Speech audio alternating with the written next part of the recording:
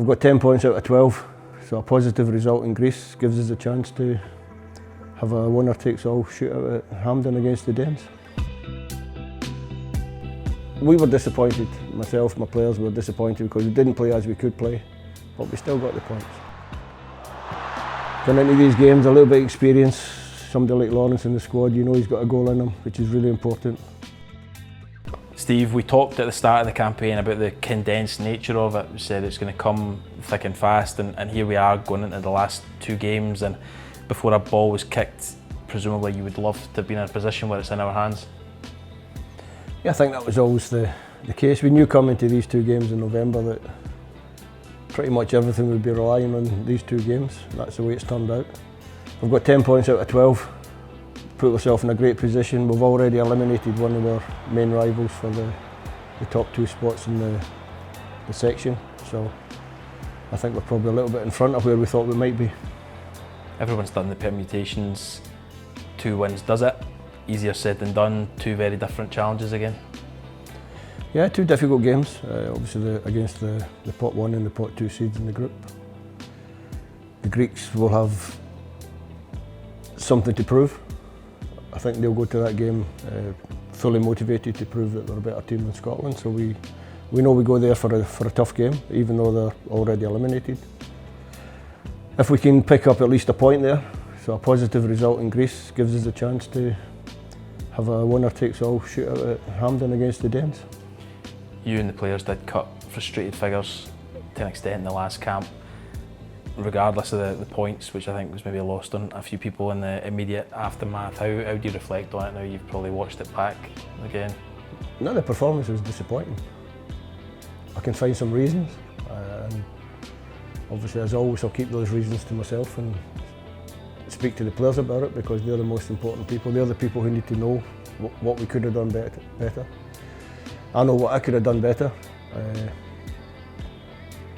We looked to improve, but we didn't drop any points. We managed to get the points.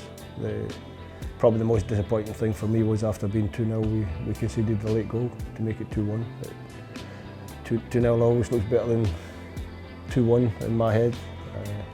But we were disappointed. Myself, my players were disappointed because we didn't play as we could play, but we still got the points.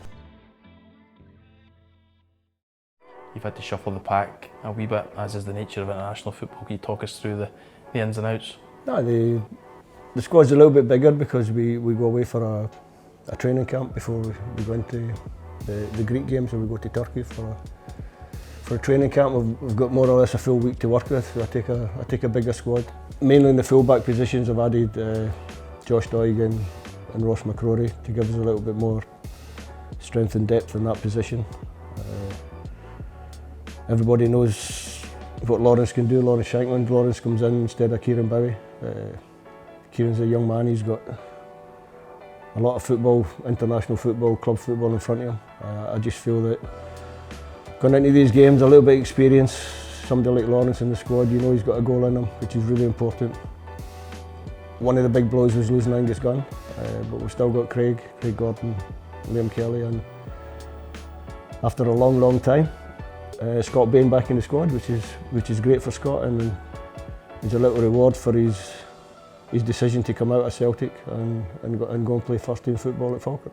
I suppose Lawrence has responded exactly as you would have hoped when you left him out initially. I think the message was go away and get yourself going at club level again, and he's certainly done that. I think for Lawrence was always just to get back to the levels that he's capable of. Obviously Hearts are flying at the top of the league, which is great for them, good for the players.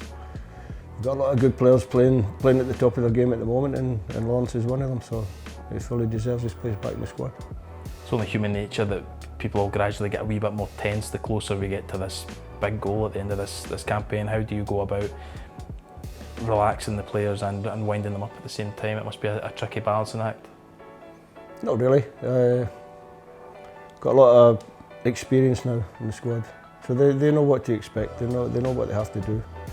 They know how they have to be to get the results that we all want, and I've got no worries. The players will be ready to go come Saturday night in Greece.